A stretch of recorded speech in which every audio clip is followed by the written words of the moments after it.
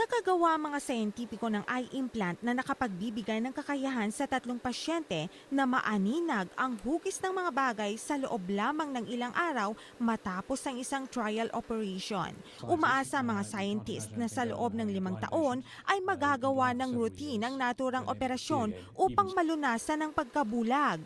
Inilarawan ng mga eksperto ang resulta ng pag-aaral bilang phenomenal. Sinasabing ang device na ito na dinevelop ng mga German researchers ay maaring makapagpabago ng buhay ng halos 200,000 katao sa buong mundo na nagdurusa sa pagkabulag dahilan sa degenerative eye disease na tinatawag na retinitis pigmentosa.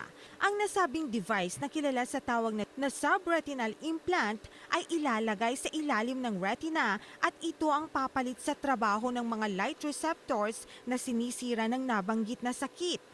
Pagkatapos ng light detection stage, ginagamit nito ang natural na image processing functions ng mata upang mag-produce ng isang matatag na visual image. Para sa iBalita, ako si Rachel Jonedo.